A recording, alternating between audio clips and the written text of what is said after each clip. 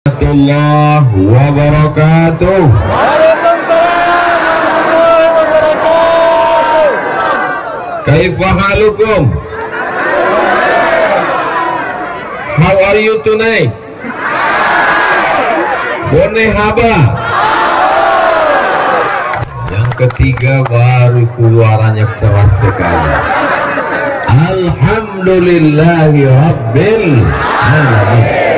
Majelis kita ini menjadi majelis bangkai busuk berbau berulat, tidak ada maknanya kalau tidak diisi dengan salawat.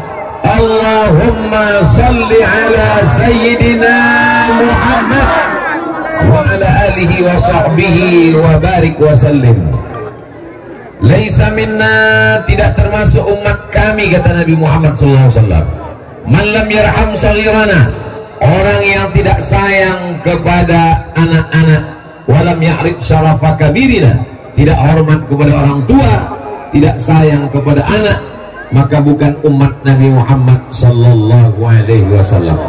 Supaya kita diakui sebagai umat Nabi Muhammad, yang sama-sama kita hormati Ibu Bupati Kabupaten Bima, Bapak Wakil Bupati, Ketua beserta anggota DPRD Kabupaten Bima. Hadir pula bersama kita Bapak Sekda, Bapak Kepala Pengadilan Negeri, alim ulama, qori kita yang suaranya Masya Allah tabarakallah. Saya selama ini melihatnya hanya di YouTube saja. Malam ini Ustadz Samsuri Firdaus, betul? Yang baru saja melangsungkan pernikahan. Barakallahu lakum wa baraka alaikum wa jama'a bainakum fi khair. Sahabat saya yang membawa saya berkeliling di Provinsi Nusa Tenggara Barat, Ustadz Zaki Abdillah, tak dapat saya sebutkan satu persatu, semuanya hadirin hadirat, muslimin muslimat, mukminin mukminat yang belum kawin dan belum sunat, semuanya dimuliakan Allah Subhanahu wa taala. Man kharaja fi talabil ilmi, siapa yang keluar rumah dengan niat menuntut ilmu, fa huwa fi sabilillah, maka dia sama seperti orang yang berjihad fi sabilillah. Semua yang hadir malam ini pulang mendapatkan pahala jihad fi sabilillah. Saya paham, saya mengerti. Bapak Ibu semua sudah sering mendengar tausiah saya, betul? Malam ini masyarakat Bima hadir cukup meyakinkan bahwa Ustaz Abdul Somad itu memang betul-betul ada di alam nyata. Mereka selama ini yang HP-nya sampai hang, sampai paket 2 giganya habis. Malam ini mereka ingin melihat bagaimana bentuk Ustaz Abdul Somad. Ternyata setelah dia lihat-lihat, lebih bagus di layar monitor daripada langsung. Malam ini kita sedang menambah umur. Man ahabba ibsatalahu fi rizqihi, siapa yang mau melimpah ruah rezekinya, wa yansa'alahu fi atharihi, mau dipanjangkan umurnya, falyasil rahimahu, maka hendaklah dia menyambung tali silaturahim. Malam ini kita sedang menyambung tali silaturahim insyaallah. Amin ya rabbal. Saya berangkat dari Pekanbaru jam 8 pagi sampai ke Yogyakarta, transit tidak turun. Lanjut lagi sampai ke Bali, transit 2 jam. Dari Bali delay lagi nambah 1 jam. Akhirnya terbang sampailah ke Bima. Di luar jendela alamnya indah, cantik, luar biasa. Ada gunung, ada laut, pemandangan sulit untuk diungkapkan dengan kata-kata. Begitu turun ke bawah, saya membayangkan kalau alamnya indah, ini orangnya pasti lembut, baik sekali. Begitu sampai ke bawah, tangan saya ditarik-tarik. Begitulah rupanya orang Bima mencintai Ustadz Abdul Somad. Kawan saya berbisik, ini efek dari susu kuda liar. Ini tandanya orang Bima sehat walafiat, fisiknya kuat. Amin. Dan ternyata kori-kori kita, orang-orang yang suaranya merdu itu kebanyakan berasal dari Bima. Allahu Akbar. Dari mana Ustaz tahu? Contoh kori kita asli, orang Bima asli kan? Bukan pemain naturalisasi. Asli. Kira-kira apa rahasianya ini? Saya mau mencari-cari rahasia, tapi untuk bertanya saya segan. Tapi begitu tadi makan di rumah kediaman bapak, di rumah kediaman ibu Bupati Bima, baru saya menduga-duga. Saya belum bertanya langsung, tapi agak-agaknya mungkin suara merdu ini berasal dari Srikaya. Allahu Akbar. Kalau suaranya tidak bagus, mungkin otak kuat menghafal. Pembagian Allah ini macam-macam. Ada orang diberikan suaranya bagus, ada mungkin suaranya kurang bagus, otaknya bagus menghafal. Ada mungkin otaknya kurang bagus menghafal, suaranya juga kurang bagus, tapi tulisannya cantik. Betul.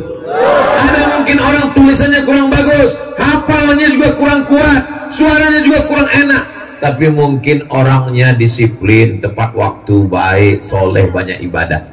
Kita pilih salah satu dari kelebihan yang diberikan Allah Subhanahu wa Ta'ala.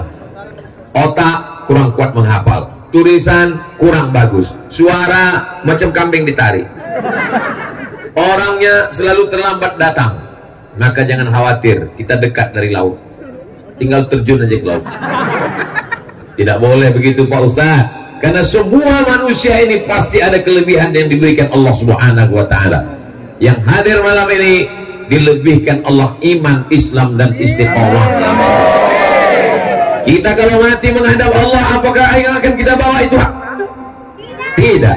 Yang kita bawa adalah iman. Maka malam ini kita bertemu dalam bingkai hari jadi ulang tahun Kabupaten Bima, sekaligus menyambut 1 Muharram yang malam ini sudah masuk di penghujung. Besok hari Jumat, hari Sabtu hari terakhir, dan hari Ahad kita sudah masuk 1 Muharram. Umat Islam sebelumnya tidak punya kalender, makanya Nabi Muhammad SAW itu diajarkan di sekolah. Nabi Muhammad lahir pada tahun gajah. Ustaz Abdul Somad lahir tahun apa? Pertanyaannya salah. Ustaz Muhammad lahir tahun berapa?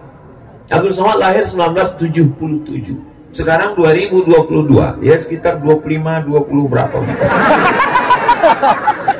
Beda sama Nabi Muhammad SAW. Zaman itu tidak ada tahunnya, jadi seringkali dikaitkan dengan zaman, dengan masa. Orang yang belum punya kalender biasanya dikaitkan dengan musim. Kalau kebetulan musim banjir bandang, berarti lahirnya pada tahun banjir. Orang yang lahir tahun lalu itu kalau susah ngingatnya pasti nanti setelah 20 tahun. Kau lahir kapan? Itu tahun Covid. Kau tahun kapan? Tahun masker. Kau tahun kapan? Tahun online. Setiap orang yang belum punya kalender, setahunnya diikatkan, dilekatkan supaya punya pengetahuan dengan apa yang terjadi pada zaman itu. Betul? Dan di zaman Nabi Muhammad SAW, bangsa Arab primitif, tidak bisa menulis, tidak bisa membaca, dan belum punya kalender. Hari berganti, musim berubah. Nabi meninggal dunia, digantikan oleh Abu Bakar Siddiq. Abu Bakar jadi khalifah 2 tahun, tidak ada kalender.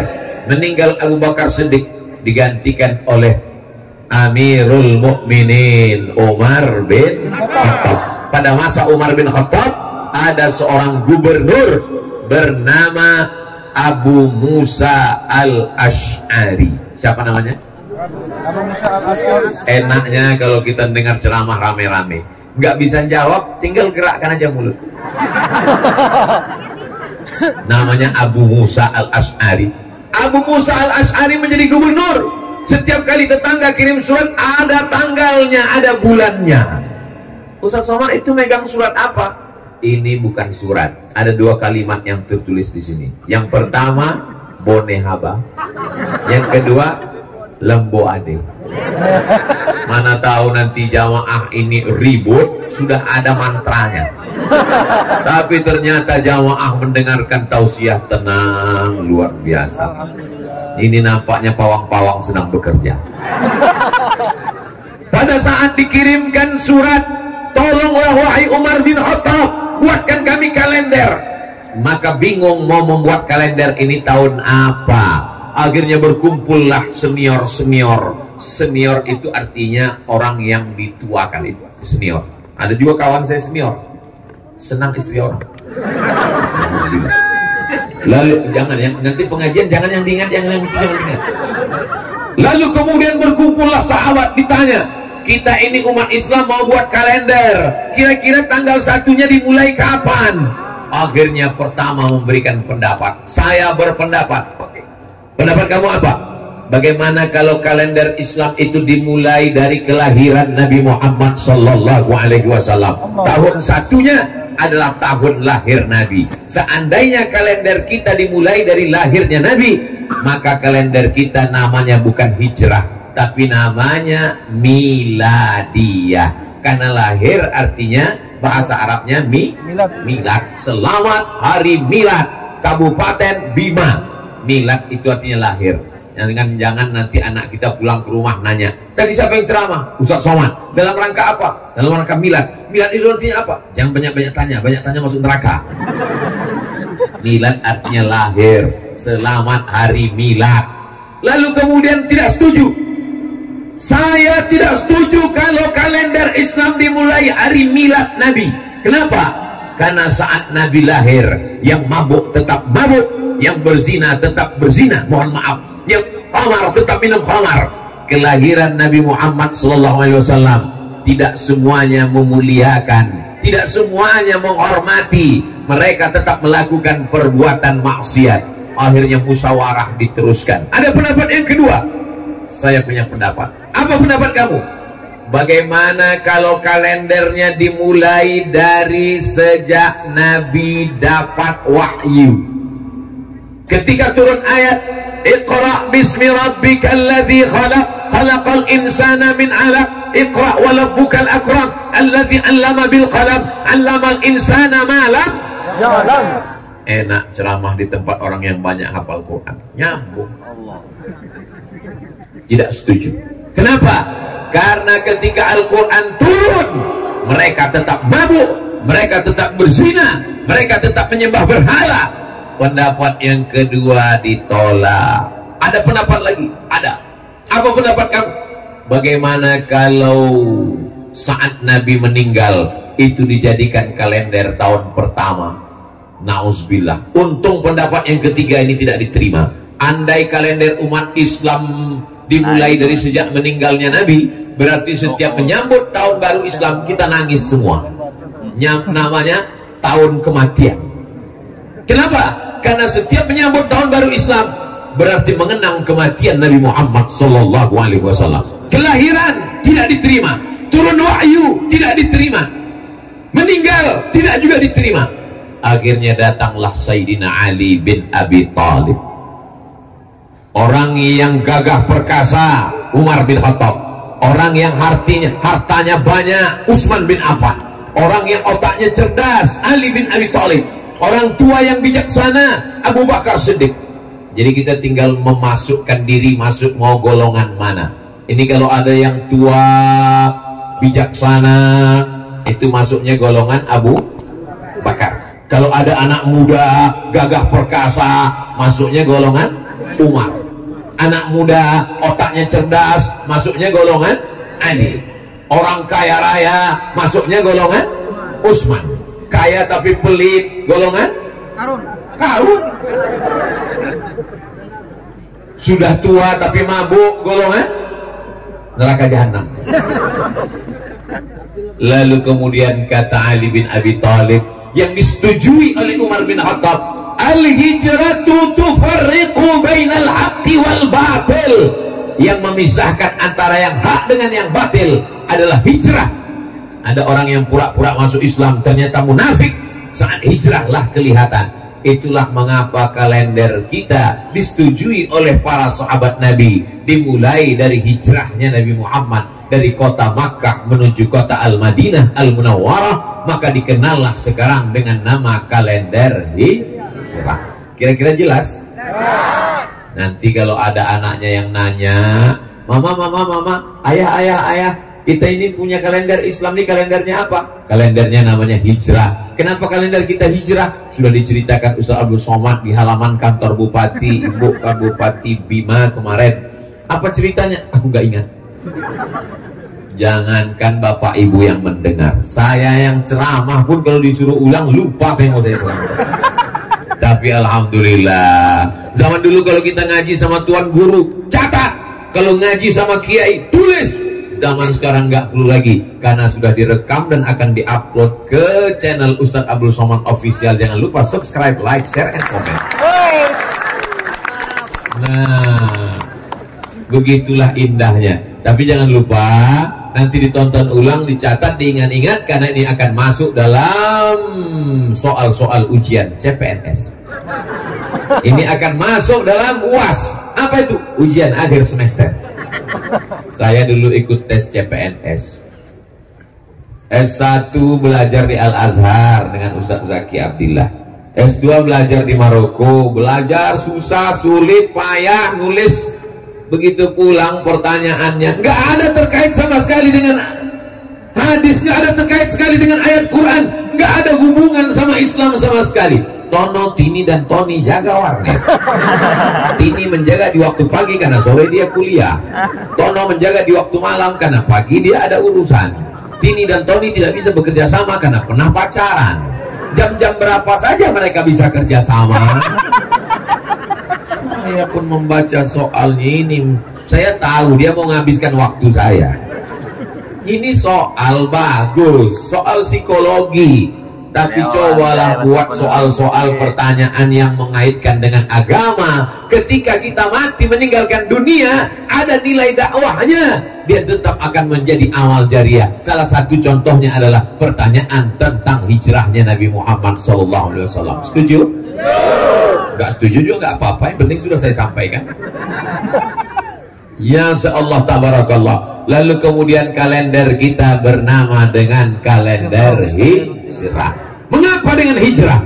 Karena perjalanan hijrah Nabi Muhammad SAW itu Masya Allah tabarakallah. Ada seorang anak muda namanya Suhaib. Siapa namanya? Suhaib. Di ujung namanya ada tulisan Ar-Rumi. Ar-Rumi berarti dia orang Rum. Rum itu sekarang Romawi. Al-Makki, orang Makkah. Al-Madani, orang Madinah. Al-Bimawi, orang Bima. Lalu kemudian Suhaib Ar-Rumi ini dulunya dia sebatang kara, anak lajang yang merantau dari Rum ke kota Makkah Al-Mukarramah. Bisnis, dagang, kaya, raya, nikah. Begitu dia mau ikut hijrah dengan Nabi, dia jumpai mertuanya. Mertua, ya, aku mau hijrah. Mau kemana? Ikut dengan Muhammad SAW. Dulu kamu datang ke kota Makkah ini sendiri sebatang kara, tidak punya harta, tidak punya anak istri. Sekarang kau sudah kaya, punya anak istri, mau pindah, silakan tinggalkan Makkah. Tapi tinggalkan anakku dan istrimu dan anakmu, cucuku. Aku tidak mau kau bawa anakku dan cucuku. Akhirnya dia pergi meninggalkan demi mengikut Nabi Muhammad sallallahu alaihi wasallam. Untung kita tidak hidup di zaman itu. Betul? Banyak orang sekarang mengatakan dunia ini udah kacau Pak Ustaz, dunia ini udah rusak Pak Ustaz. Kalau ada orang ngomong begitu, kamu ngomong begitu di tahun 2022, memangnya kalau kamu dulu diikut di zaman Nabi udah pasti jamin ikut Nabi? Belum tentu. Boleh jadi kalau kamu hidup di zaman Nabi, mungkin kamu ikut Abu Jahal sama Abu Lahab. Kita ditakdirkan Allah hidup di tahun 1443, yang 2 malam lagi kita akan masuk ke 1444. Itu menurut ilmu Allah. Memang sekarang kita layak. Kita syukuri saja nikmat ini dengan beramal soleh, bukan soman. Jemaah yang dimuliakan Allah Subhanahu wa ta'ala. Jadi hijrah ini berat, luar biasa. Yang bisa hijrah itu. Sekarang kami mau hijrah Pak Ustaz. Dulu hijrah dari Makkah ke Madinah. Sekarang mau hijrah kemana? Mau meninggalkan Bima? Bima, negeri yang indah, lemah gemah ripah, lojnawi, tokat dan batu jadi tanaman. Memandang ke kanan, bukitnya indah. Memandang ke kiri, lautan Masya Allah tabarakallah. Memandang ke depan, jamaah melimpah ruah. Aman. Tapi ini nanti ketika direkam, muncul komen-komen di YouTube, Bima tidak aman, Kenapa? Polisi bawa senjata. Ini Bima aman. Kalau memang aman, kenapa mesti dikawal bapak polisi? Satpol PP kenapa banyak sekali? Ini orang sedang jatuh cinta. Al-hubbu yu'mi wa yusib. Apa kata Nabi? Orang jatuh cinta itu buta dan tuli. Dia kalau sudah jatuh cinta, buta dan tuli, dikasih tahu jangan tarik tangan Ustaz Somad, dia kurus nanti copot, dia nggak peduli. Itu maka disiapkan Satpol PP dan kepolisian.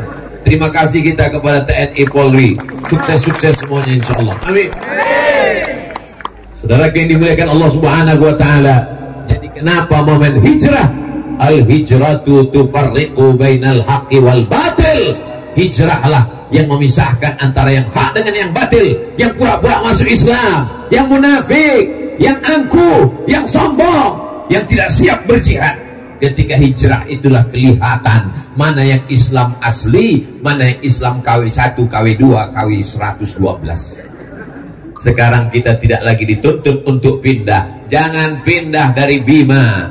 Hiduplah di Bima. Kalaupun mau pergi karena sekolah, kalaupun mau pergi menuntut ilmu, kalaupun mau pergi karena buka usaha, tapi tetap akan membangun Bima menjadi tetap negeri baldatun thayyibatun wa rabbun. Bima ini sebelum Indonesia merdeka, apakah orangnya tinggal di hutan, di gunung, di laut, di gua? Tidak. Dia adalah kerajaan, betul? Dia punya sultan, betul?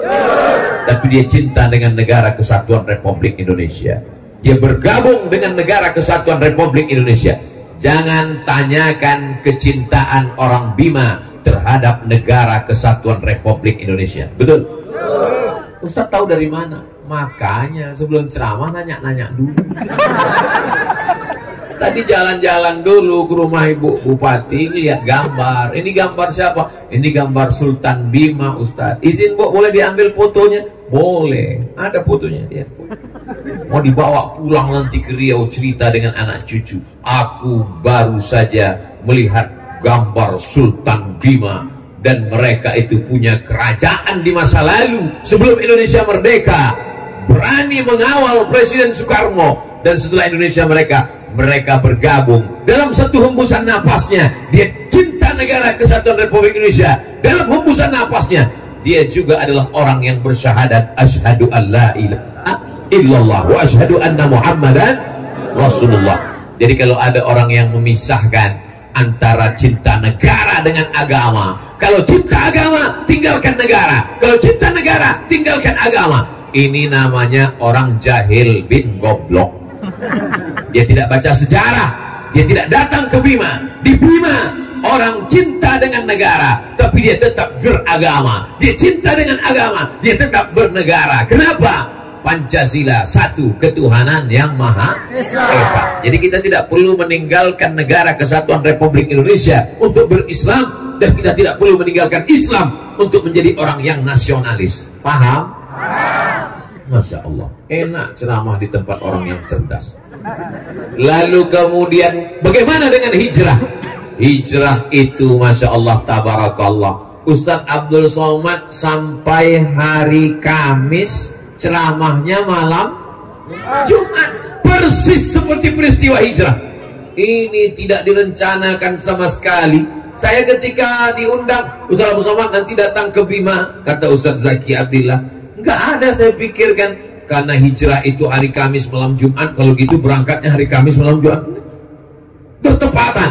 Sudah tertulis di Lauhil Mahfuz bahwa kita bertemu di Bima hari Kamis malam Jumat. Kata orang jangan keluar malam Jumat, banyak hantu. Hantu-hantu semuanya lari, luntang pukang tunggang langgang. Kenapa? Karena kita datang membawa asma Allah, dibacakan ayat-ayat suci Al-Quran. Begitu dibacakan Al-Quran tadi, setannya sudah pada lari semuanya. Jadi kalau ada suami ibu besok yang tidak sholat subuh, itu bukan salah setan, tapi salah. Banyak sekarang orang menyalahkan setan. Kamu kenapa nggak sholat? Aku sebetulnya mau sholat, tapi digoda setan. Sudah dibacakan Ustadz kita tadi, setannya sudah lari semua. Kalau begitu yang salah orangnya.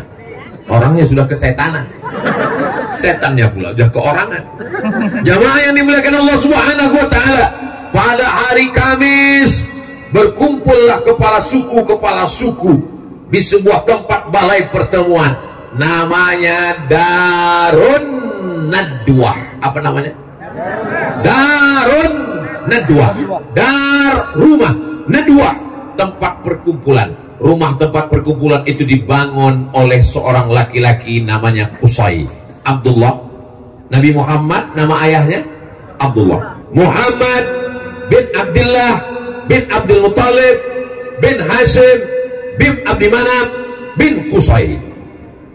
Muhammad bin Abdullah bin Abdul Muttalib bin Hashim bin Abdi Manaf bin Qusay. Qusay lah yang membangun tempat itu. Nabi tidak bertemu karena kakeknya yang kelima jauh di atas. Lalu kemudian dalam pertemuan itu pimpinan sidang menanyakan, agenda pertemuan kita pada hari ini, hari Kamis, kita akan membahas bagaimana cara membunuh Muhammad sallallahu alaihi wasallam. Orang yang bakhil, pelit adalah orang yang ketika disebut nama Nabi dia tak mau berselawat. Maka kita berselawat, sallallahu ala Muhammad sallallahu alaihi wasallam, sallallahu ala Muhammad sallallahu alaihi wasallam. Ya Nabi salam alaika, ya Rasul salam alaika, ya Habibi salam alaika, salawatullah alaika. Lalu kemudian pada saat pertemuan itu ditanyakan oleh kepala sidangnya, siapa di antara kalian yang punya ide yang bagus, yang cerdas, yang efektif untuk membunuh Muhammad sallallahu alaihi? Yang satu angkat tangan, saya punya ide. Apa ide kamu? Bagaimana kalau dia kita buang di tempat yang jauh supaya kita aman di sini, mau mabuk, mau menyembah berhala, mau berzina sesuka hati kita, supaya tidak ada yang mengganggu kita. Kita buang dia ke tempat yang jauh. Kata ketua sidangnya, saya tidak setuju. Kenapa? Karena kalau dia kita buang di tempat yang jauh, nanti di sana dia punya pengikut, dia orangnya punya aura karismatik, dia orangnya karismatik kepemimpinan, nanti di sana dia punya rakyat, nanti di sana dia punya pengikut. Tiba-tiba pengikutnya datang ke Makkah, mati kita semua dia bunuh. Usul yang pertama ditolak. Ada yang punya ide lain? Angkat tangan lagi. Jadi ternyata orang kafir musyrik jahiliyah yang katanya jahiliyah bodoh itu bermusyawarah. Jadi kalau ada orang sekarang memutuskan perkara tidak musyawarah, berarti lebih jahiliyah dari jahiliyah. Ada ide yang kedua? Ada. Apa usul kamu? Bagaimana kalau dia kita masukkan ke dalam kotak, kita buat kotaknya dari kayu, kita paku, kita ikat, kita letakkan dia di samping Ka'bah. Jangan kasih makan, jangan kasih minum, biarkan dia kering, panas. Bapak Ibu tahu bagaimana panasnya kota Makkah Al-Mukarramah. Bima ini termasuk panas atau dingin? Panas. Tapi perasaan saya dingin. Ada yang bilang panas dingin Pak Ustaz. Itu berarti demam. Bapak Ibu, mudah-mudahan kita panjang umur, sehat, bisa ke Makkah Al-Mukarramah. Itu diletakkan sendal swallow, sendal jepit di atas gurun pasir Makkah, langsung gulung jadi martabak. Saking panasnya. Jadi mereka katakan, bagaimana kalau dia kita ikat, masukkan ke keranjang, paku, jangan kasih makan, jangan kasih minum, kering sampai mati. Kata ketua sidang, saya juga nggak setuju. Kenapa? Karena dia punya pengikut di samping-samping kota Makkah ini banyak follower, viewer, dan subscriber. Kalau sampai kita siksa dia di samping Ka'bah, nanti mereka akan bergejolak, akan terjadi revolusi, hancur kota Makkah. Lalu kemudian ada yang punya usul lagi, ada yang ketiga punya usul. Apa pendapat kamu? Mudah saja, nggak usah kita antar dia di tempat yang jauh, buang-buang energi. Nggak usah kita ikat dia di dekat, capek-capek aja buat keranjang, buat kerangkeng. Lalu bagaimana? Malam-malam jam 1 malam kita utus anak muda yang paling kuat tenaganya, membawa pedang paling panjang, paling tajam, sekali cincang kepalanya putus, mati, selesai. Bagus juga ide ini. Bapak Ibu setuju? Saya mancing aja sudah. Masya Allah, tabarakallah. Tapi kata ketua sidang dia tidak setuju. Kenapa? Ini berbahaya. Kamu lupa Muhammad SAW itu orang mana? Dia bukan manusia sembarangan. Dia adalah anak Abdullah, Abdullah anak Abdul Muttalib, Abdul Muttalib anak Hashim, Hashim anak Abi Manaf, Abi Manaf anak Qusay, keturunan dari Adnan, keturunan dari Ismail, keturunan dari Ibrahim alaihissalam. Dia adalah anak keturunan dari para nabi dan dia adalah suku termulia orang Quraisy. Kalau sampai dia mati terbunuh, maka akan hancur. Kenapa? Karena semua akan menuntut balas. Akhirnya sidang pun deadlock. Akan dilanjutkan setelah yang satu ini. Kalau kita di TV ada iklannya, di Bima hebatnya nggak ada iklan. Lalu kemudian setelah itu apa yang terjadi? Muncul satu orang pakai jubah, pakai sorban, jenggot dan kumisnya putih. Orang menganggap dia adalah tokoh masyarakat, padahal dia adalah setan. Isinya setan yang menyamar jadi manusia. Kata dia punya ide. Apa itu usulnya? Bagaimana kalau yang mencincang jangan satu orang? Karena kalau yang mencincang membunuh itu satu orang, maka satu orang saja nanti akan dituntut. Tapi setiap suku kirimkan anak muda.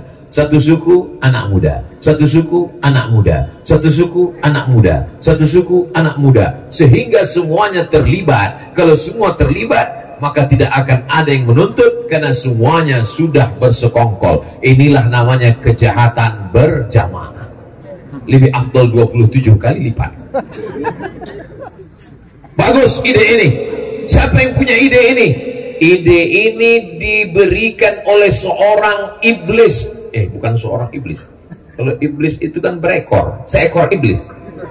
Ide ini diberikan oleh iblis yang disetujui oleh ketua sidang. Nama ketua sidangnya adalah Umar bin Hisham. Kalau saya sebut Umar bin Hisham, banyak orang nggak tahu. Umar bin Hisham itu siapa Pak Ustadz? Namanya Umar bin Hisham, tapi nama kerennya Abu Jahal. Oh, kalau itu kami kenal Pak Ustadz.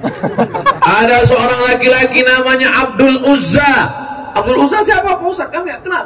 Nama kerennya Abu Lahab. Oh, kalau itu kami kenal. Makanya kalau kenalan sama orang, tanya nama keren siapa. Namanya siapa? Ustadz Abdul Somad. Nama kerennya Uwas. Kadang kita kenalan sama orang, kita nggak tahu orangnya jujur. Nama kamu siapa? Ibrahim. Pas dicari di Facebook nggak ketemu. Pas lihat ada foto, ini orangnya, tapi namanya lain. Siapa? Bram. Mohon maaf Allahnya. Bapak Ibu yang dimuliakan Allah Subhanahu wa Ta'ala. Nah, begitu juga dengan ini. Akhirnya kepala sidang, Ustaz Somad, iya. Siapa nama kepala sidang tadi? Umar bin Hisham. Abu Jahal, iya. Abu Bapak Jahal, bodoh. Abu Jahal, Pak bodoh. Orangnya bodoh kenapa? Otaknya cerdas. Dia kalau yang untuk dosa, dia cerdas. Mana tahu nanti kita ada rapat di masjid, rapat panitia tabligh akbar menyambut 1 Muharram. Gimana? Ada ide? Ustaz siapa yang kita undang? Nggak ada ide dia. Tapi begitu ditanya, gimana kalau kita menghadirkan artis dangdut pakai rok pendek? Langsung, menurut saya, nah itu berarti Abu Jahal. Kalau untuk yang jahil-jahil, otaknya cerdas. Karena dia disupport oleh setan. Ustaz Somad, beda setan dengan iblis itu apa? Nama komunitasnya jin. Wa ma khalaqatul jinna wal insa. Jin, ada yang jin Islam. Wa anna minnal muslimun, jin Islam. Golongan yang satu lagi, wa minnal qasitun. Jin yang tidak baik, yang jahat ini namanya setan. Induknya namanya iblis. Iblis itu general manajernya. Yang paling tinggi namanya iblis, anak-anak buahnya namanya setan. Setan itu terdiri dari dua golongan. Yang kelihatan manusia, yang tidak kelihatan jin. Alladzi waswisu fi sudurin nas minal jinnati. Kamu mau kemana? Aku mau dengar tabligh akbar pengajian. Di mana? Di halaman kantor Bupati Bima. Siapa yang ceramah? Ustaz Abu Somad. Bagus, kita main gaple. Itu berarti yang ngajak itu saya. Nanti kalau ada yang membuli, setan. Setan yang punya paket 2 giga. Apa yang terjadi ketika itu? Ini idenya mantap. Setiap suku, satu anak muda yang paling gagah perkasa, yang lengannya paling tegap, ambil pedang paling tajam. Jam 1 malam masuk ke rumah Muhammad sallallahu alaihi, cincang kepalanya, hancur, selesai. Efisien dan efektif. Kapan kita laksanakan? Nanti malam. Jangan tunda lagi. Lalu kemudian sidang pun selesai, ketuk palu, mereka pun bubar. Lalu kemudian setelah itu Nabi Muhammad sallallahu alaihi wasallam datang ke rumah Abu Bakar Siddiq. Nabi Muhammad punya sahabat namanya Abdullah bin Abi Quhafah, tapi karena anaknya seorang gadis bernama Sayyidatuna Aisyah menikah dengan Nabi. Bahasa Arabnya anak gadis itu Bakr atau Bikr, maka bapaknya disebut bapak gadis Abu Bakar. Nama aslinya Abdullah, nama ayahnya Abu Quhafah. Abu Quhafah, Abdullah bin Abi Quhafah. Assalamualaikum. Waalaikumsalam. Boneh haba. Assalamualaikum Abu Bakar. Waalaikumsalam. Nanti malam Abu Bakar kita hijrah. Ini hari Kamis sidang, pas malam Jumat. Siang Kamis Nabi mendatangi rumah Abu Bakar. Abu Bakar, nanti malam kita hijrah. Mengapa nanti malam ya Rasulullah? Karena nanti malam akan ada anak-anak muda yang gagah perkasa. Jam 1 malam mereka akan datang membawa pedang. Mereka akan memancung kepalaku, mencincangku. Sebelum mereka datang kita sudah keluar nanti malam. Pertanyaannya, dari mana Nabi Muhammad bisa tahu? Ternyata ruang sidang itu dipasang penyadap. Oleh siapa? Intel. Punya Allah Subhanahu wa taala. Ternyata di ruang sidang itu ada Jibril alaihi salam. Malaikat Jibril datang melapor. Ya Rasulullah, ya, nanti malam sebelum anak muda itu datang kau cabut duluan. Oke, I'm coming. Yes. Abu Bakar siap karena memang dia sudah lama menunggu perintah. Sahabat yang luar biasa. Lalu kemudian Nabi pun pulang berkemas-kemas, bersiap-siap, dan pada waktu malam Nabi pun bersiap. Nabi itu habis sholat Isya tidur. Tidur yang paling berkualitas habis sholat Isya. Tidak boleh ngomong setelah sholat Isya kecuali tabligh akbar. Ini malam ini acaranya setelah Isya kan? Kok boleh? Karena pengajian. Aslinya nggak boleh. Makanya di pondok-pondok pesantren tahfiz Quran habis sholat Isya tidur, mudah bangun jam 2 malam. Tidur Nabi nggak lama-lama. Nabi itu tidurnya sedikit. Beda dengan Abu Somad, dikit-dikit tidur, dikit-dikit tidur. Naik pesawat tidur. Buka kaca lihat masih di awan, tutup lagi. Tutup. Sampai di hotel tidur. Lalu kemudian tidur itu paling bagus kalau Isya jam 8, 9, 10, 11, 12, 1. Biasanya Nabi bangun malam jam 1 dia pergi ke Masjidil Haram sholat tahajud. Kenapa sholat di samping Ka'bah mesti malam? Karena kalau siang banyak orang kafir musyrik jahiliyah mencekik lehernya, menyungkup kepalanya. Jadi kalau ada dekat rumah kita ada orang nggak pernah ke masjid, jangan suuzon, karena dia takut dicekik Abu. Bapak Ibu pun juga kalau yang belum pernah ke masjid, nanti kalau ditanya sama tetangga, sama ustadz, kenapa nggak pernah ke masjid? Saya ke masjidnya jam 1 malam, seperti Rasulullah. Nice. Kalau di siang hari saya takut dicekik. Ini tidak ada di Bima. Ini adanya di kampung saya di Riau. Di Bima semuanya orangnya ke masjid. Betul? Assalatu wassalamu alaik. Tadi waktu saya dari airport menelusi laut, melihat matahari tenggelam, indahnya Masya Allah, saya rekam. Beginilah suasana di kota Bima. Anak-anak semuanya pergi ke masjid sehingga sepi. Masya Allah, indahnya. Memang betul, ini bukan basa-basi. Semua orang pergi ke masjid. Alaika ya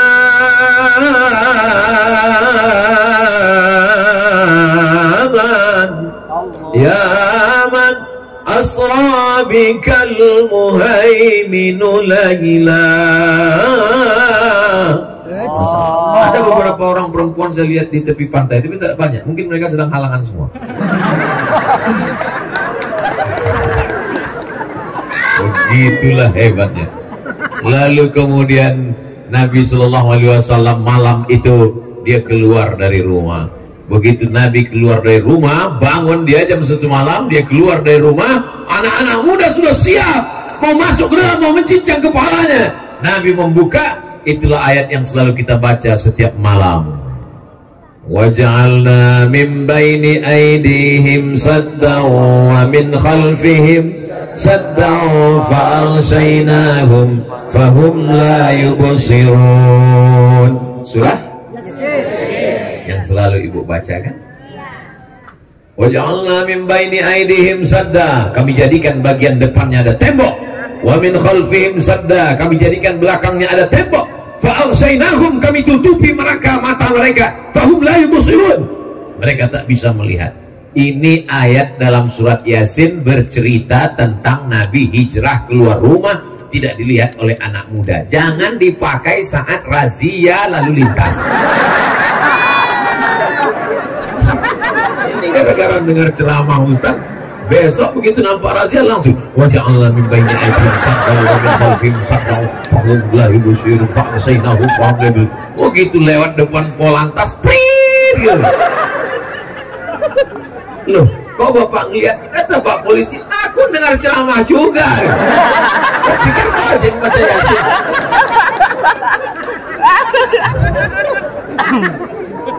Jadi kenapa kita disuruh tiap malam baca Yasin?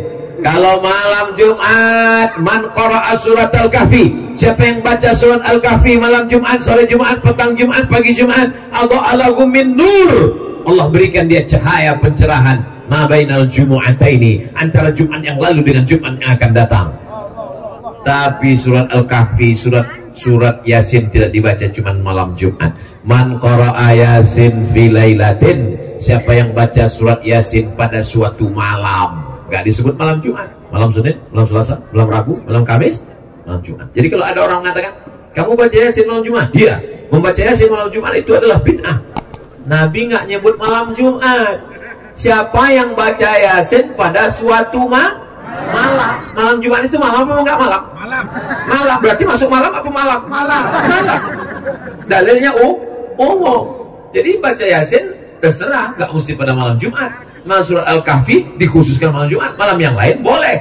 Lalu kemudian kalau kita disuruh membaca itu malam Jumat, sebenarnya kita sedang mengenang peristiwa hijrah setiap malam. Waja'alna min baini aydihim saddan wa min khalfihim saddan fa'alshaynahum fahum la yubsirun. Menetes air mata mengenang hijrahnya Nabi Muhammad sallallahu alaihi. Sekarang banyak orang baca Yasin, dia nggak merenungkan isinya. Kenapa? Karena dia nggak baca dengan makna, dia nggak baca perenungan, dia nggak pahami. Dia baca sampai ujungnya, sirun, fayakun, turjaun.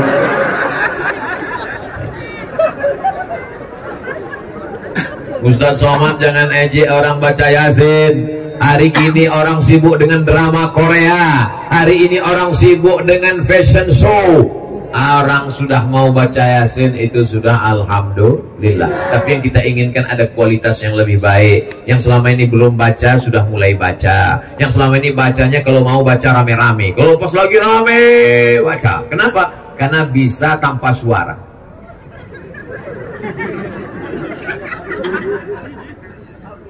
Yang sudah mau baca alhamdulillah, alhamdulillah wa syukrulillah. Itu jurusnya kalau nggak hafal saya. Lalu kemudian Nabi Muhammad SAW keluar.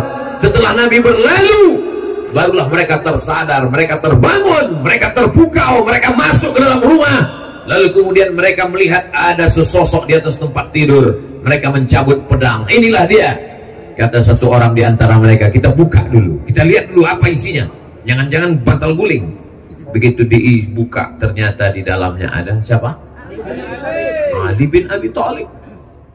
Ali bin Abi Thalib, iya. Muhammad mana? Mana aku tahu katanya. Aku tidak tahu. Kenapa kau di sini? Dia minta aku tidur di sini.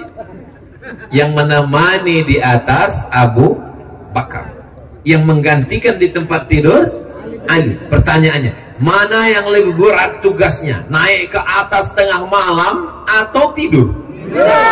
Kalau gitu pilih mau tidur mau. Resiko yang paling berat adalah tidur. Bayangkan kalau mereka 12 orang nggak membuka selimut, apa nggak jadi keripik pisang? Itu menunjukkan kalau resikonya berat, mati, pilih saudara. Tapi kalau untuk yang ringan, pilih teman. Begitu ajaran Nabi Muhammad SAW.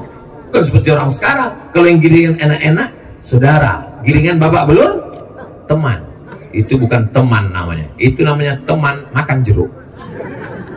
Lalu kemudian mereka pun mencari. Dia sudah pergi, dia sudah hilang. Nabi Muhammad SAW tidak langsung pergi, karena kalau dia langsung pergi pasti mereka akan kejar. Dia transit dulu selama 3 hari 3 malam. Hari Kamis malam Jumat dia menginap 3 malam. Malam Jumat, malam Sabtu, malam Ahad. Ahad malam Senin barulah mereka bertolak. Di mana dia pergi? Namanya Jabal Sur. Kalau turun wahyu namanya Jabal Nur. Iqra bismi rabbikal ladzi khalaq, Jabal Nur. Tempat hijrah namanya Jabal Sur. Ini jamaah haji pulang cerita sama tetangga, kemarin saya tempat Nabi menerima wahyu di Jabal Sur. Yang cerita lupa, yang dengar nggak tahu, sama-sama nganggur.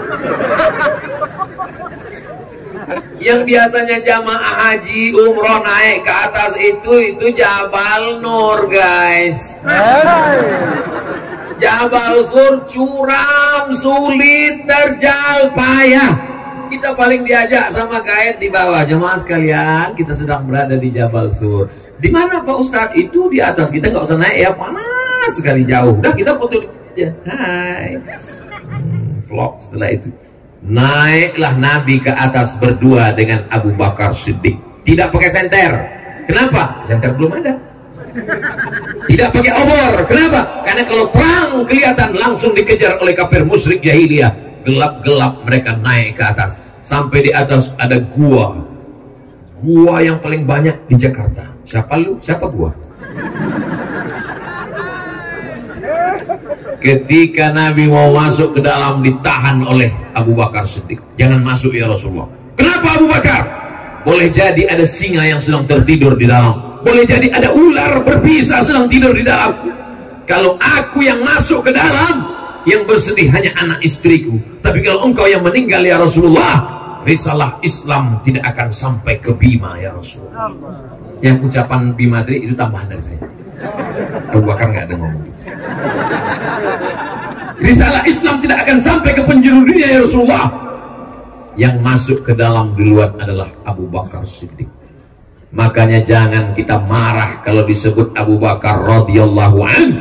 Allah meridhai dia. Kenapa? Nyawanya dia berikan untuk Rasulullah sallallahu alaihi wasallam. Coba andai yang diajak Nabi hijrah waktu malam itu bukan Abu Bakar, tapi Abdul Somad. Apa kata saya ke Rasulullah? Ya Rasulullah, silakan masuk dulu. Karena engkau pasti diselamatkan Allah. Ada Jibril, ada Mikail, ada Israfil, ada Israel, ada Munkar, ada Nakir, ada Raqib, ada Atid, ada Malik, ada Ridwan. Kalau aku, jangankan TNI Polri, Satpol PP pun nggak ada.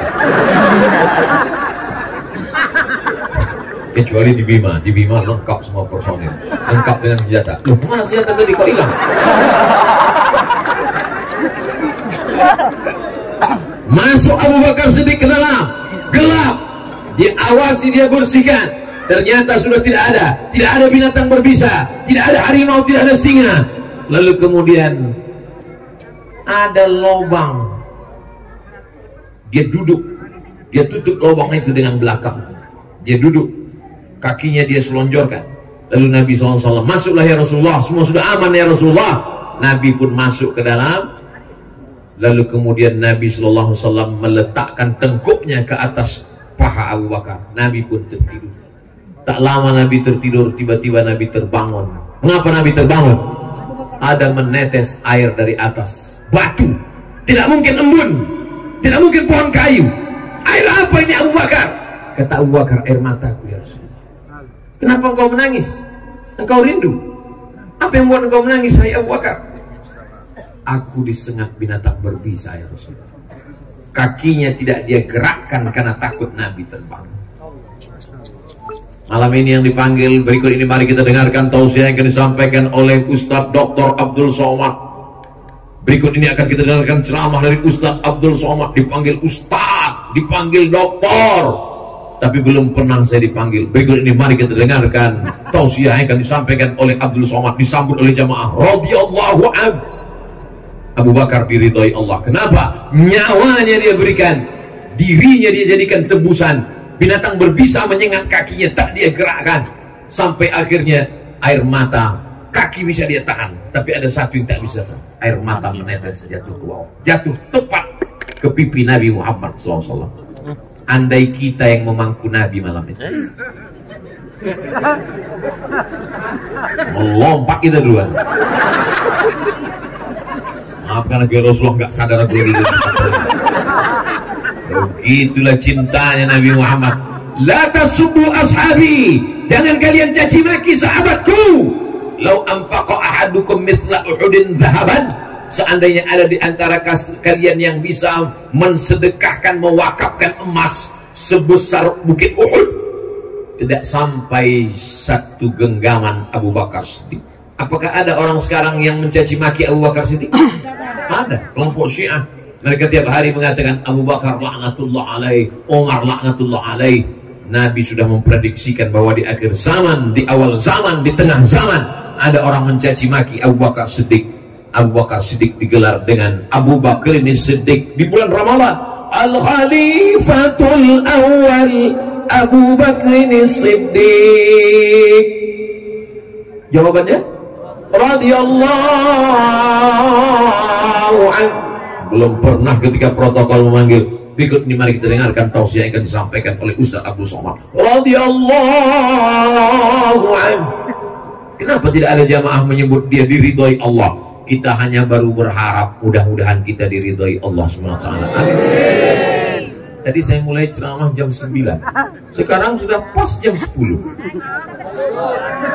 Lanjut. Belum lagi hijrah. Hijrah 8 hari 8 malam, azan subuh baru selesai nih. Ternyata kalau kita ceramah di tempat orang yang hatinya tenang, itu nggak terasa lama. Saya biasanya tabligh akbar di depan orang banyak, itu emosi saya tak stabil. Tapi di Bima ini tenang semua. Ini menunjukkan jamaahnya udah makan malam semua. Jamaah yang dimuliakan Allah Subhanahu wa Ta'ala. Lalu kemudian selama di sana yang ngantar makanan itu siapa? Malam Jumat, malam Sabtu, malam Ahad, malam Senin. Yang mengantarkan makanan seorang perempuan namanya Asma. Pakai alif. Siapa namanya? Asma. Mesti panjang. Asma. Kalau nggak pakai alif, Asma itu sesak napas. Asma membawakan makanan, diikatkannya di kainnya. Perempuan sanggup naik ke atas. Tidak semua jamaah haji, jamaah umroh sanggup naik ke atas Jabal Sur. Ini perempuan. Kira-kira di dunia ini yang lebih hebat laki-laki apa perempuan? Iya, perempuan mengaku semua. Kami lebih hebat. Islam tidak mendiskreditkan laki-laki dan perempuan. Al-mu'minuna wal mu'minat, laki-laki dan perempuan, ba'duhum awliya'u ba'd, mereka saling tolong menolong. Siapa yang mengatakan perempuan itu didiskriminasi dalam Islam, perempuan itu dilecehkan dalam Islam? Asma tetap diberikan peran naik ke atas. Selama di atas itu beritanya harus diupdate, karena itu sekarang hiruk pikuk. Orang Makkah sedang mencari Abu Bakar kemana, Muhammad kemana, kenapa hilang, dia kemana? Maka informasi itu dibawa oleh Abdullah. Ada seorang laki-laki namanya Abdullah. Kalau siang dia di Makkah, malam dia naik ke atas membawa berita. Inilah pentingnya update status. Status Ustadz Somad besok di Ustadz Abdul Somad official Instagram yang followernya hampir 7 juta itu. Tausiah Ustadz Abdul Somad di lapangan kantor Bupati Kabupaten Bima. Ustadz Abdul Somad ini seorang ustadz yang luar biasa. Salah, yang betul adalah biasa di luar. Di tempat lain Abdul Somad susah mau ceramah di tanah lapang. Dia mesti dikurung dalam masjid, kecuali di Bima.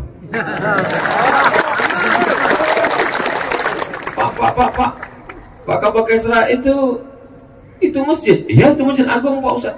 Kenapa kita nggak dalam masjid? Saya pun heran. Biasa Ustaz Abdul Somad dalam masjid. Kenapa di Bima di luar masjid? Rupanya kalau sampai sebanyak ini masuk masjid, masjidnya meledak. Ramai sekali. Maka dibuat di luar masjid. Yang saya tanya tadi Bapak Kabak Esra. Bapak, jabatannya Kabak Esra? Nah, saya ini PLT Pak. Tahu Bapak Ibu arti PLT? PLT itu artinya pejabat lillahi ta'ala.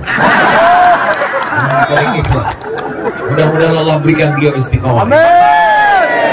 Ini kedatangan Ustaz Abdul Somad ini adalah berkat kerja keras beliau dengan Ustadz Zaki Abdillah. Allahu Akbar. Sampai mana tadi, lupa sama. Lalu kemudian Nabi Shallallahu Alaihi Wasallam selama di atas itu mesti ada satu yang berjaga-jaga mengawal di bawah. Jangan sampai musuh ada kelihatan.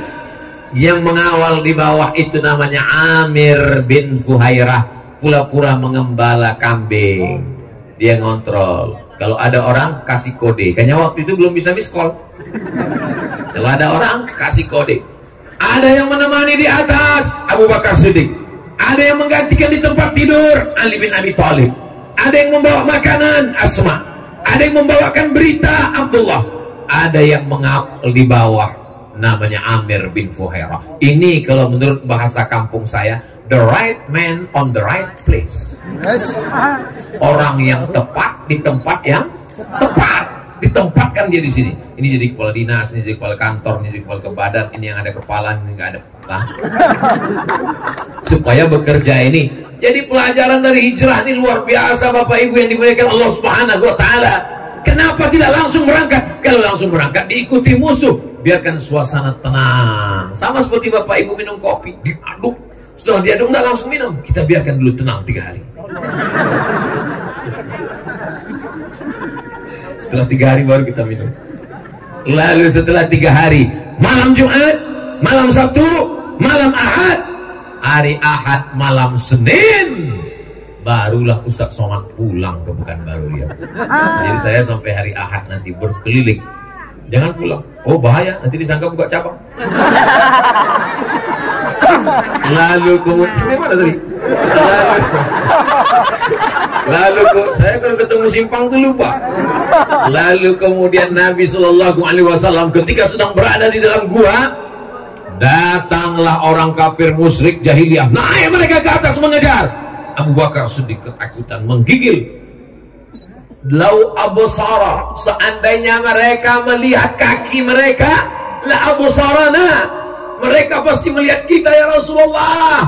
Apa kata Nabi? Ma zannuka bisnaini, kalau kau sangka kita di sini berdua, fallahu thalithuhuma, ada Allah yang ketiga. Kalau kau sangka di sini kita cuma berdua, ada Allah, maka kita akan kuat kalau kita bersama dengan Allah. Bapak kalau ngasih tahu istri begitu, Mama jangan takut, masih ada papa yang bisa minjam pinjaman online. Jangan begitu. Allah masih bersama kita. Jangan menakut-nakuti. Beda Nabi Muhammad dengan Nabi Musa alaihissalam.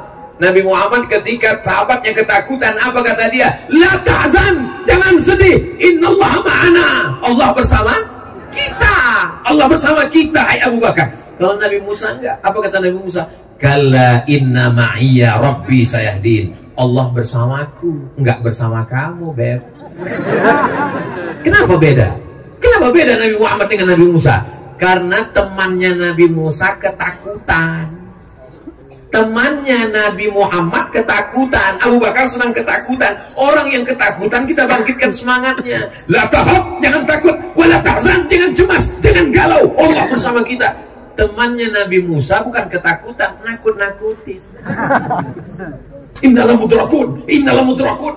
Itu Fir'aun sedang mengejar kita. Nanti kita ketangkap, nanti kita ketangkap. Kalla, kata Nabi Musa. Inna ma'iya rabbi sayahdin. Allah bersamaku, sedangkan kau matilah dengan ketakutan. Jadi kalau teman bapak itu termasuk temannya Nabi Muhammad, ketakutan, bangkitkan semangatnya. Jangan takut. Allah bersama kita. Tapi kalau dia nakut-nakuti kita, hati-hati Ustaz Somad, nanti Ustaz Somad kena tangkap, nanti Ustaz kena usir. Kalla, sekali-kali tidak. Allah bersamaku, tidak bersamamu. Pret. Lalu kemudian pada malam hari Ahad, bertolaknya di waktu malam. Jadi hijrah itu keluarnya malam. Malam Senin, hari Ahad, malam Senin. Mereka pun bertolak. Yang jadi guide penunjuk jalan namanya Ibnu Uraiqid. Siapa namanya? Tidak Islam. Tidak Islam. Ini dalil boleh bekerja sama dengan orang yang tidak Islam selama aman. Yang dipakai itu jasanya menunjukkan jalan. Karena dia tahu jalan khusus menelusuri tepian Laut Merah. Dari Makkah, Makkah di bawah, Madinah di atas, Yaman di bawah, negeri Syam di atas, Mesir di kiri, Maroko di kiri. Peta buta, jangan kita bahas sekarang. Makkah di bawah, Madinah di atas, Laut Merah di samping. Mereka buat jalur khusus, dia tahu jalan. Maka kemudian Nabi pun bertolak. Lalu kemudian mereka 8 hari 8 malam berangkat hari Ahad malam Senin, sampai di Quba hari Senin. 8 hari 8 malam perjalanan panjang. Di dalam perjalanan panjang itu macam-macam mereka lewati. Kalau kita bahas 8 hari 8 malam ini, sampai saya ceramah seminggu lagi, habis jadwal yang lain. Lalu dalam perjalanan itu apa saja yang mereka lihat, Pak Ustadz Abdul Somad? Begitu mereka siang harinya dalam keadaan naik onta, panas terik, tiba-tiba di kejauhan nampak seperti debu yang naik ke atas. Kalau kita sedang berada di gurun pasir, tiba-tiba nampak ada debu yang naik ke atas, itu berarti ada orang yang sedang mengejar kita di belakang. Ya Rasulullah Sallallahu Alaihi Wasallam, itu ada orang mengejar kita ya Rasulullah. Iya. Nabi tetap naik onta pelan. Yang mengejar itu nampaknya naik kuda kejang. Lalu kemudian apa yang terjadi? Begitu sudah datang mendekat, ujung kaki kudanya terperosok ke dalam pasir dan kudanya jatuh, dia pun berguling-guling. Laki-laki yang mengejar itu namanya Suraqah bin Malik. Siapa namanya? Suraqah bin Malik. Suraqah bin Malik. Kata Nabi SAW, ada apa hai Suraqah bin Malik? Ya Muhammad SAW, di kota Makkah mereka sedang mengadakan undian. Siapa yang bisa membawa kepala Muhammad, baik hidup maupun mati, dia akan diberikan 100 ekor onta. 1 ekor onta paling murah 50 juta. Sebetulnya lebih, tapi karena kita udah lama kenal, 50 aja lah. Kalau 1 ekor onta 50 juta kali 100 ekor berarti, hah? Pokoknya banyak lah. Kalau kita belikan cendol, kita berenang dalam cincau. Tapi ketika tadi aku melihat engkau ya Muhammad SAW, seumur hidupku aku tidak pernah jatuh dari kuda. Seumur hidupku aku berhasil pembunuh bayaran. Tapi begitu kudaku jatuh, aku berpikir bahwa yang ku kejar ini adalah bukan manusia biasa. saksikanlah ya Muhammad, asyhadu an la ilaha illallah wa asyhadu anna Muhammadan Rasulullah. Apa pesan Nabi kepada Suraqah bin Malik? Aghib anna, silakan kau pulang, tapi sembunyikan berita tentang kami. Jangan kau update status. Jangan sampai kau ceritakan, aku tadi baru ketemu Nabi Muhammad di jalan. Ada yang mesti kita jaga rahasianya. Tak semua mesti diceritakan. Ini pelajaran tentang Suraqah bin Malik. Ini banyak suami-suami sekarang semua tentang istrinya dia ceritakan. Pagi-pagi istrinya masak nasi goreng pedas, pedas sekali. Dia minum kopi pahit sekali. Pas mau tidur malam rasanya mau mati. Mati betulan. Nabi SAW mengatakan, Arif anna, sembunyikan berita tentang kami. Suraqah bin Malik pulang. Apa pelajaran tentang Suraqah? Suraqah keluar dari rumah niatnya baik apa jahat? Suraqah keluar dari rumah niatnya ingin membunuh Nabi, tapi dia pulang membawa, yang dia bawa adalah lebih baik daripada 100 ekor onta, karena yang dia bawa adalah la ilaha illallah Muhammadun. Bandingkan dengan orang sekarang, keluar dari rumah membawa bismillahi tawakkaltu ala Allah la haula, tapi setelah pulang yang dia bawa apa? Selingkuhan. Untung istrinya tegar dan pandai menyanyi. Pergilah kasih, kejarlah selingkuhanmu. Itu pun tidak ada di Bima. Itu hanya di planet Mars, Merkurius, Neptunus, dan Pluto. Suraqah bin Malik keluar rumah niatnya baik apa jahat? Jahat. Ingin mengambil uang haram, membunuh Nabi. Tapi pulang dia membawa hidayah Islam. Berapa banyak orang keluar rumah niatnya baik, tapi ternyata pulang dia bawa uang haram. Dan kalau ada suami-suami yang pulang bawa uang haram, apakah ibu mau nerima? Masya Allah, tidak. Tidak.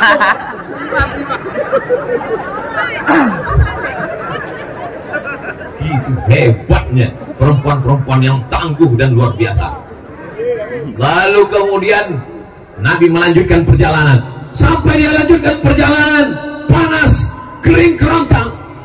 Mereka mampir ke tempat peternakan kambing. Sudah merupakan hukum yang tidak tertulis. Kalau mampir ke tempat peternakan kambing, boleh minta air susu kambing. Sepelit-pelitnya orang kafir musyrik jahiliyah, kalau ada ternak kambingnya, boleh minta air susu kambing. Jadi kalau ada orang sekarang ini nggak mau ngasih air susu kambing, tapi hebatnya orang Bima, jangankan air susu kambing, air susu kuda liar pun dia kasih. Tidak ada air susu kambing, kata peternak, karena ini musim kemarau. Ini hanya ada kambing yang kurus saja. Dibawakannya kambing yang kurus, didoakan Nabi Shallallahu Alaihi Wasallam. Akhirnya diperaskan dapat 1 gelas. Bagian bawahnya dibasuh, bagian bawah gelas itu dihapus Abu Bakar dengan sorbannya, supaya pasirnya tidak menetes ke kain Nabi. Lalu diberikan kepada Nabi SAW. Nabi pun meminum. Ketika Nabi meminum air itu, apa kata Nabi? Apa kata Abu Bakar Siddiq saat melihat Nabi meminum? Fasyariban nabiyyu hatta irtawaitu. Nabi meminum air susu kambing sampai hausku hilang. Saya ketika membaca hadis ini nampaknya buku salah cetak. Yang minum Nabi atau Abu Bakar? Saya ulang sekali lagi, nampaknya yang dengar udah nggak konsen. Yang minum ini Nabi apa Abu Bakar? Nabi kan? Yang bilang hausnya hilang Nabi Abu Bakar? Kenapa Nabi yang minum haus Abu Bakar hilang? Ini buku salah cetak. Baca buku sama. Fasyariban nabiyyu hatta irtawaitu. Nabi minum sampai hausku hilang. Ternyata inilah puncak daripada keimanan. Beda kalau saya jalan dengan Ustadz Zaki. Begitu Ustadz Zaki minum, langsung saya komen. Melihat Ustadz Zaki minum, hausku merajalela. Kita belum bisa merasakan perasaan orang lain. Kita hanya menjaga perasaan kita tanpa menjaga perasaan orang lain. Saya ini orangnya termasuk menjaga perasaan orang lain. Dari tatapan mata orang, saya tahu dia gelisah, ceramah ini nggak habis-habis. Makanya di mana-mana saya ceramah itu saya batasi. Ceramah Abdul Somad tidak lebih dari 60 menit sesuai yang tertulis di botol 600 ml. Kecuali di Bima 2 botol.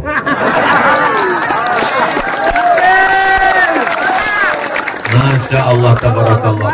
Kadang kita ceramah di kantor, orang-orang di kantor ini berangkat dari rumah, dia udah kena tekanan. Tekanan siapa? Tekanan orang rumah. Pas di jalan kena tekanan. Tekanan siapa? Razia lalu lintas. Sampai di kantor, ada tekanan lagi. Apa itu? Pengajian. Jadi dianggap ustaz itu pelengkap penderitaan hari itu. Makanya saya selalu mengatakan, saya ceramah nggak lebih dari 60 menit. Supaya apa? Supaya mereka tahu bahwa penderitaan ini nggak akan lama lagi, selalu berlalu. Ada kepastian yang diinginkan manusia. Lalu kemudian apa yang terjadi ketika itu?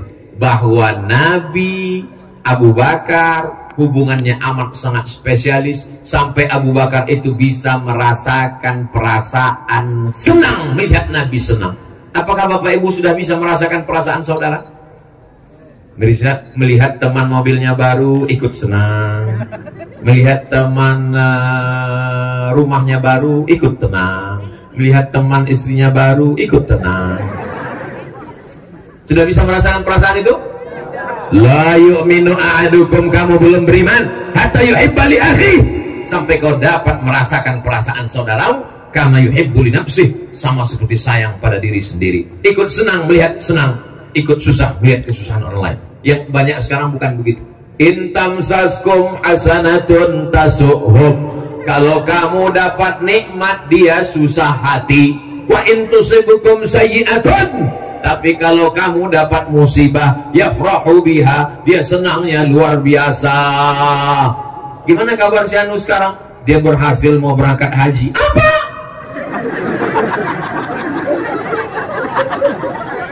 Dia kemarin mau berangkat haji Puroda, tapi setelah sampai di Cengkareng gagal. Alhamdulillah. Ketemu orang di bank. Mau kemana Pak? Mau nyetor ONH. Mau berangkat haji ya?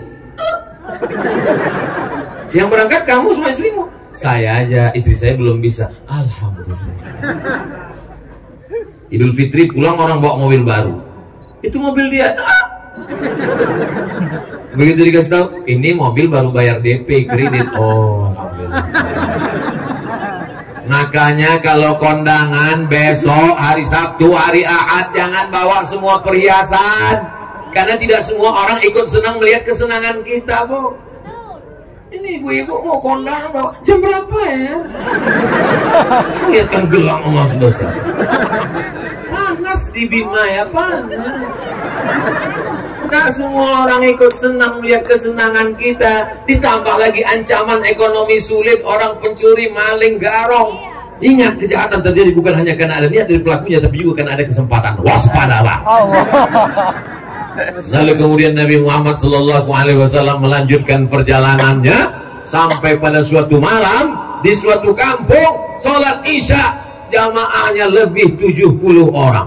Loh, kapan mereka masuk Islam? Itu pertama kali Nabi lewat. Ternyata perjalanan di ujung tanduk terancam mau dibunuh orang, tapi dakwah tak boleh berhenti. Nabi mengajarkan dakwah, rukun-rukunnya aja yang dibaca. Al-Fatihah, niat, Al-Fatihah, takbir. Langsung saat itu mereka sholat berjamaah, makmumnya 70 orang. Lanjut perjalanan. Akhirnya mereka pun sampai di suatu tempat namanya Quba. Sebelum masuk ke Masjid Nabawi, sampai di Quba hari Senin. 4 malam menginap di Quba. Malam Selasa, malam Rabu, malam Kamis, malam Jumat. 4 malam berdiri satu masjid. Itulah dia Masjid Quba. Mudah-mudahan nanti kita bisa sampai ke Masjid Quba. Siapa yang sholat di Masjid Quba dapat pahala seperti umroh. Apa Pak Ustaz? Siapa yang sholat di Masjid Quba dapat pahala seperti umroh. Loh, saya kemarin waktu umroh mampir di Masjid Quba, enggak sholat, foto aja Pak Ustaz. Foto di depan mimbar, foto di samping mihrab, buat vlog, update status, tapi enggak sholat. Yang salah siapa? Ustaz Somad. Kenapa aku yang salah? Kamu yang tidak belajar. Panjang umur sehat badan, kita akan umroh insyaallah. Amin. Ongkos tanggung sendiri. Apa pelajaran dari sini? 4 malam mendirikan masjid, manfaatkan. Jangan mati sebelum bangun masjid. Allahu Akbar. Bisa membangun masjid dengan kekuasaan, pakai kekuasaan bangun masjid. Berdiri Masjid Agung Bima. Allahu Akbar. Bisa bangun masjid. Ustaz Somad, di Bima ini ada masjid terapung. Wow, amazing. Berarti dia di pinggir laut. Iya Pak Ustaz. Begitu saya lihat tadi, ada tiangnya.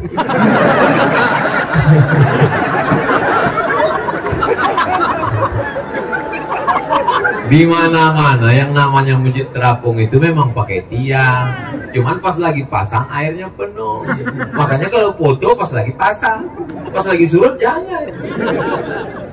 Betapa indahnya 20 tahun akan datang Masjid Islamic Center terbesar se-Asia Tenggara terapung di atas pantai Bima. Allahu Akbar. Ustaz Somad pernah ke masjid? Oh, idenya dari saya. Ustaz pernah sholat situ? Enggak. Masya Allah, tabarakallah. Siapapun yang memberikan ide-ide kebaikan, man sanna fil islami sunnatan hasanatan, dilaksanakan orang setelahnya, falahu ajruha, dia dapat pahalanya. Sampaikan ke anak-anak kita, jangan mati sebelum bangun masjid. Nah, amin. Emak-emak sekarang nasihati anaknya, jangan mati sebelum belikan emas 3 kilo. Bapak Ibu yang dimuliakan Allah Subhanahu wa taala. Hari Jumat, malam Selasa, malam Rabu, malam Kamis, malam Jumat. Hari Jumat Nabi bertolak menuju Yasrib. Apa namanya? Yasrib artinya tanah banyak hama penyakit. Yasrib artinya tanah banyak yang tidak baik. Dirubah Nabi menjadi Al-Madinah Al-Munawwarah. Al-Madinah Al-Munawwarah. Ini artinya nama yang tidak baik mesti dirubah. Ada orang namanya Abdul Syams, Abdul hamba, Syams matahari, hamba matahari. Baik apa tak baik? Tak baik. Dirubah Nabi namanya jadi Abdul Rahman. Jadi nama yang baik itu memang dinisbatkan ke Allah. Abdul Rahman, Abdul Rahim, Abdul Ghafar, Abdul Rauf, Abdul Somad. Lalu kemudian Nabi SAW datang, disambut mereka. Tala'al badru alaina min saniyatil wada wajaba syukru alaina mada'a lillahi da ayyuhal mab'usu fina ji'ta bil amril muta' ji'ta syaraftal madinah marhaban ya khairada. Tala'al badru alaina, sudah terbit Badar. Badar artinya bulan purnama. Kalau bulannya sabit itu namanya hilal.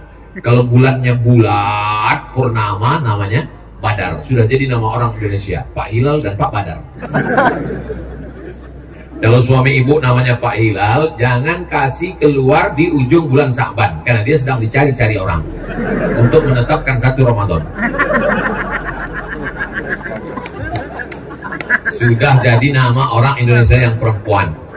Yang laki-laki Pak Hilal dan Pak Badar, yang perempuan Siti Hilaliyah, Siti Badariyah. Begitu hebatnya orang Indonesia ini, namanya mantap-mantap luar biasa. Tolong yang namanya disebut jangan tersinggung. Resep mau dengar ceramah Ustaz Somad satu aja, jangan tersinggung. Beberapa jamaah mendengar ceramah saya tersinggung, pulang sakit jantung, meninggal. Bapak Ibu yang dimuliakan Allah Subhanahu wa taala, begitu sampai di kota Al-Madinah Al-Munawwarah, apa yang dilakukan Nabi Muhammad SAW? Membangun masjid. Ya Rasulullah, ini tanah wakaf. Nabi beli tanah itu, dia wakafkan sekali lagi. Nabi ingin, walaupun dia seorang Nabi, dia ingin mendapatkan pahala tanah wakaf sampai hari kiamat. Gimana kemarin Ustaz Somad ceramah di Bima? Sampai nggak kelihatan ujungnya di mana. Bukan itu. Abdul Somad ingin setelah Abdul Somad pulang, maka banyak yang menelpon ke tuan-tuan guru ingin mewakafkan tanah. Assalamualaikum Tuan Guru. Waalaikumsalam. Saya terkesan dengan ceramah Ustaz Somad di halaman kantor Bupati kemarin di Bima. Katanya Nabi pun mewakafkan tanah. Walaupun dia seorang Nabi, dia ingin mewakafkan tanah. Saya juga ingin mewakafkan tanah saya. Ada di tepi pantai di Bima. Tanah siapa? Nggak tahu. Gimana mewakafkan orang nggak jelas pemiliknya? Wakafkanlah tanah lillahi. Assalamualaikum Tuan Guru. Waalaikumsalam. Itu tanah saya wakafkan. Bagus, mantap, alhamdulillah. Langsung dicek BPN, Badan Pertanahan Nasional. Assalamualaikum Bapak Kanwil BPN. Waalaikumsalam. Kami mau cek tanah titik koordinat sekian-sekian. Mohon maaf, ini tanah bermasalah, tumpang tindih ada 5 surat. Telepon lagi. Assalamualaikum. Waalaikumsalam. Tanah yang Bapak wakafkan itu bermasalah. Karena bermasalah itu maka saya wakafkan. Kalau nggak bermasalah apa sih? Ini di provinsi lain, tidak ada di Bima. Di Bima ini orangnya ikhlas baik-baik saja. Tidak pernah ada masalah tanah wakaf karena memang tidak ada yang mewakafkan tanah. Insya Allah Pak Ustadz mewakafkan tanah yang kau punya sejauh mata memandang. Begitu kau meninggal dunia, yang diperlukan hanya semeter kali 2. Betul? Tanah sejauh mata memandang. Gimana kerja sekarang sukses? Alhamdulillah Pak Ustadz. Tanahnya gimana? Ya cukuplah untuk 7 keturunan. Begitu kau meninggal dunia, yang kau perlukan hanya 3 lapis kain kapan. Dan Bapak Ibu ngelihat ada orang meninggal tiba-tiba kainnya bukan kain kapan tapi dibungkus dengan karpet. Walaupun dia orang kaya, tidak ada sekaya-kaya orang bajunya cuma 3 lapis. Ustaz Abdul Somad cuma 3 lapis. Satu singlet di dalam, kemeja, habis itu sorban kesayangan dengan tulisan luar biasa, Lembo Ade. Kalau ibu yang dimuliakan Allah, semuanya akan berakhir. Tapi tanah yang kau wakafkan dipakai untuk sholat, dipakai untuk ngaji, i'tikaf, sampai hari kiamat akan tetap kekal abadi insyaallah. Amin. Lalu kemudian setelah Nabi membangun Masjid Nabawi, dipersaudarakannya antara orang Aus dengan orang Khazraj yang hobinya perang. Nama fulan, hobi memanah, hobi memasak, hobi makan-makan, hobi main bola. Ini enggak, hobi perang. Perang mereka semua. Didamaikan Nabi antara kaum Aus dengan kaum Khazraj. Wadhkuru ni'matallahi 'alaikum id kuntum a'da'a. Ingatlah ketika kamu dulu bermusuhan, fa'alafa baina qulubikum. Allah satukan antara kalian berdua, fa asbahtum bi ni'matihi ikhwana. Antara sesama orang Madinah dipersaudarakan, Aus dan Khazraj. Antara orang Makkah dengan orang Madinah, orang Makkah Muhajirin, orang Madinah Ansor dipersaudarakan. Antara orang Islam dengan yang tidak Islam dipersaudarakan. Itulah dia Yahudi Bani Nadir, Yahudi Bani Quraizah, Yahudi Qainuqa, Yahudi Khaybar. 12 poin piagam Madinah. Orang Madinah walaupun tidak Islam, walaupun Yahudi, bekerja sama dengan orang Islam menjaga kota Madinah dari serangan orang Makkah. Baca dalam kitab Ar-Rahiq Al-Maktum. Nomor 1 lomba menulis sejarah Nabi. Mesir kalah, Saudi Arabia kalah, Maroko kalah. Yang menang nomor 1 orang mana? Orang India, Syekh Safiur Rahman Al-Mubarakfuri. Orang Islam mesti tahu bahwa di India itu banyak ulama-ulama besar yang luar biasa. Ini sekarang orang kalau ditanya, tahu India? Tahu? Apa yang kau kenal dengan India? Datang istrinya dari belakang.